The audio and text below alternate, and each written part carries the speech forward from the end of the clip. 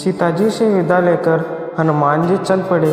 फिर रुककर सोचने लगे कि अब आ गए हैं तो कुछ अपना पराक्रम भी दिखाए और शत्रु का बल भी जाने, आगे काम आएगा। वे अशोक वाटिका के पेड़ों पर टूट पड़े। उन्होंने फल खाए, वृक्ष तोड़े और चित्रघर तोड़ फोड़ डाले। पहरेदारों को उन्होंने मारकर भगा दिया। राक्षसियाँ और पहरेदार रावण के दरबार में पहुँचे। उन्होंने कहा, नाथ रक्षा कीजिए, एक वानर ने सब वन उजाड़ डाला है। बहुत से राक्षस मारे गए हैं। अशोक वाटिका में शोक छा गया है। बस सीता का निवास बचा है। रावण क्रोध से तिलमिला उठा। बंदर को पकड़ने के लिए उसने सैनिकों का एक दल भेजा। राम, लक्ष्मण और सुग्रीव की जय बोलते हुए हनुमान ने सबको मार डाला। रावण को जब उसका पता लगा तब उसने अपने वीर पुत्र अक्षय कुमार को हनुमान से युद्ध करने के लिए भेजा। अक्षय कुमार महारथी था। दोनों वीर भिड़ गए। अंत में एक बड़ा सा वृक्ष उखाड़कर हनुमान ने अक्षय कुमार पर दे मारा। उसका रथ टूट गया और वह सारथी समेत मर गया। चित्रवध का समाचार पाकर रावण के क्रोध का ठिकाना न रहा। उसने अपने सबसे बड़े बेटे मेघनाद को बुलाया।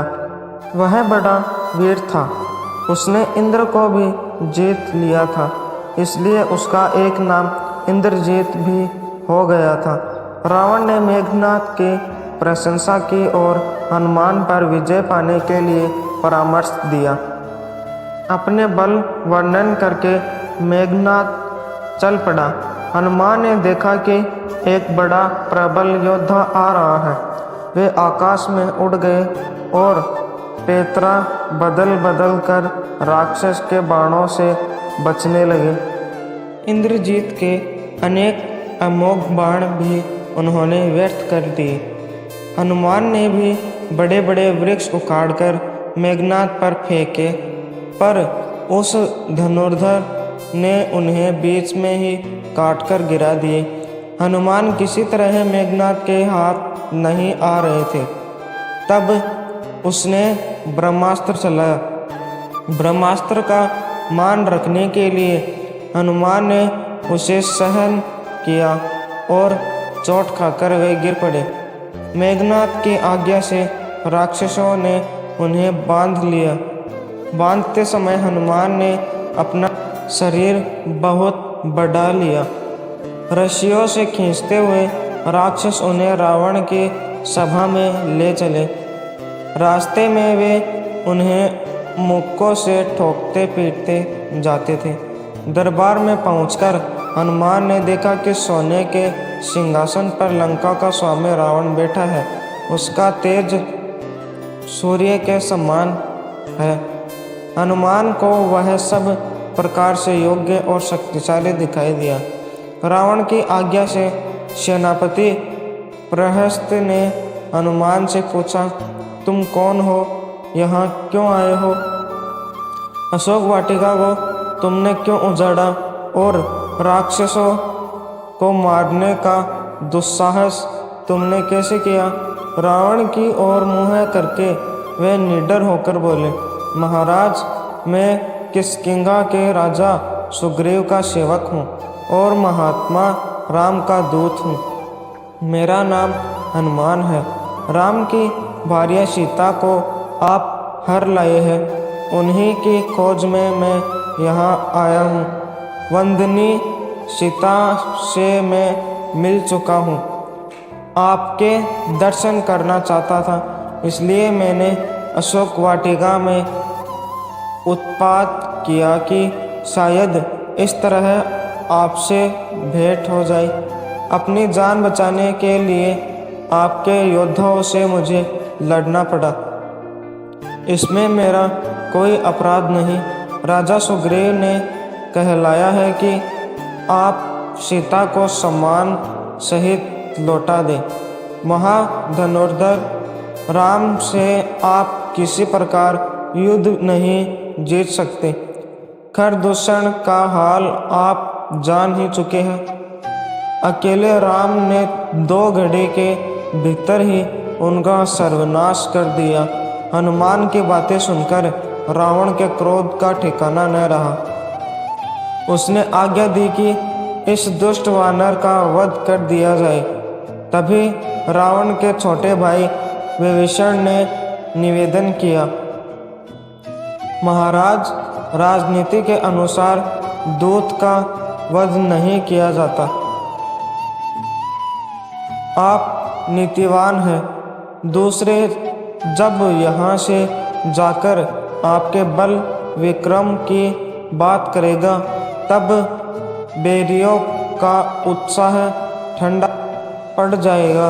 रावण ने विभीषण की बात मान ली और आज्ञा दी कि वानर की पूंछ में तेल से तर कपड़े लपेट दिए जाए, फिर नगर में घुमाकर पूंछ में आग लगा दी जाए। जब पूंछ जल आ जाए तो इसे छोड़ दिया जाए। पूंछ रहित बंदर अपने स्वामी को ले आएगा तो उसे भी मैं देख लूँगा। रावण को आज्ञा पाकर राक्षस तेल से तर करके कपड़े हनुमान की पूंछ में लपेटने लगे। हनुमान की लंबी पूंछ में ढेरों कपड़े लिपट गए। तब लंकावासी उनको नगर में घुमाने निकले। नर नारियां और बच्चों की बहुत बड़ी भीड़ ताली पीटती हुई पीछे हो ली। कोई कोई उनके ऊपर ईंट पत्थर भी फेंक देता था। हनुमान को भी लंका देखने का अवसर मिल गया। वे मन ही मन प्रसन्न थे। नगर में घुमाकर राक्षसों ने उनकी पूंछ में आग लगा दी। आग लगी देखकर हनुमान ने शरीर छोटा किया और बंधन से निकलकर छलांग लगाई। वे नगर के फाटक पर चढ़ गए और उसमें आग लगा दी। एक अटारी से वे दूसरी अटारी पर कूदते और आग लगा देते। सारी लंका जलने लगी। लंका का सोना बहकर समुद्र में जा पहुंचा। नगर में हाहाकार मच गया। पानी पानी चिल्लाकर स्त्री बच्चे इधर उधर भागने लगे। सबको अपनी जान बचाने की पड़ी।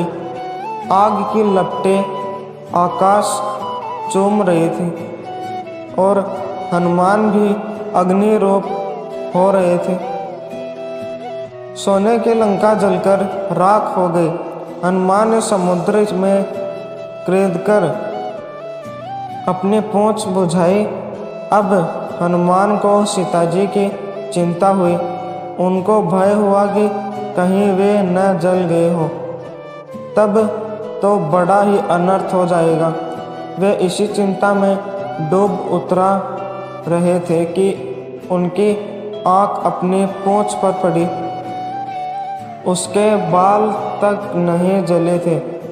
उनको धीरज बंधा, जब मेरी ही पूंछ नहीं जली तो पतिव्रत धर्म से रक्षित सीता जी कैसे जल सकती है। तभी उनको देववाणी भी सुनाई दी।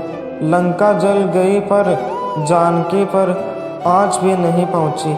हनुमान जी उसे सुनकर बहुत प्रसन्न हुए। उन्होंने सोचा कि मैं अपनी आँखों से देखता चलूं। यह सोचकर वे फिर जानकी जी के पास पहुँचे और उन्हें प्रणाम किया। सीता जी ने प्रसन्न होकर अनेक आशीर्वाद दिए। वैदेही को अनेक तरह से ढांढस बंधाकर और श्री राम के बल पराक्रम का भरोसा देकर हनुमान जी लौट चले।